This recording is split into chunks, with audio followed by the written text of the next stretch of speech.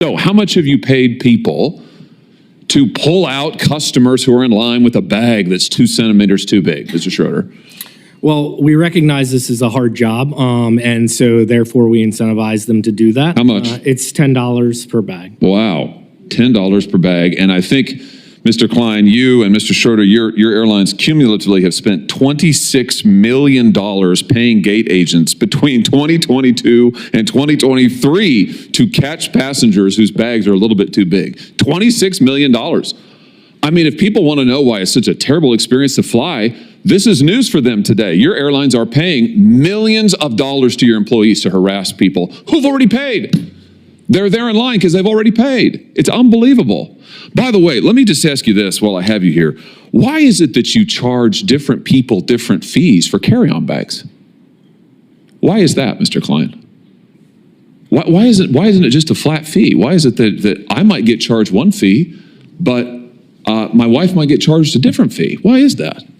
So overall, our job is to generate the most revenue we can, so we can be profitable as an airline. If we're not profitable, well, actually, we have costs, and there's costs out there, and we have to make sure that we're above the cost line in order to make sure that we can run a profitable entity. Yeah, I got it. No, I got it. I got it. And money's the answer. So last year, your carry-on bag fees ranged between $15 and $99.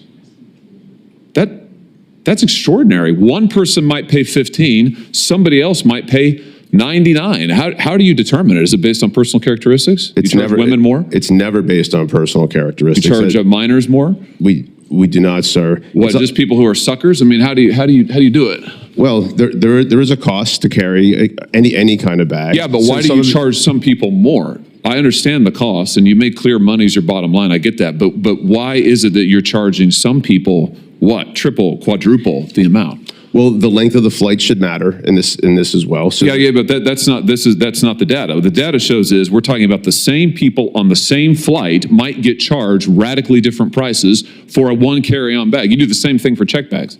Why is that? Right. So just for the record, the $99 charge has been reduced to $79 as a maximum. That's a lot better. And what ends up happening here is we want to make sure that we can get the best price to the best people at the right time. The best people? Who would they be? Sorry, let me rephrase. The right price. Are those the people who, what? I mean, no, explain it to me. I'm interested. Who are the best people? Well, that was the misstatement, sir. You just mentioned that you also use the so-called dynamic pricing for seats, for seat fees. Why do you make people enter in their age and their geographic location and their gender before they can even see the cost of a seat? Why is that? That's been in place since 2014. Yeah, but why? It's because you're using those personal characteristics to generate the fees? No, absolutely. To generate the prices? Well, then why else do you require it? Mr. Klein, you do the same thing. Why is the gender relevant to what the seat is? This is all information that's needed in order to complete the transaction. No, it's not. Delta doesn't do it.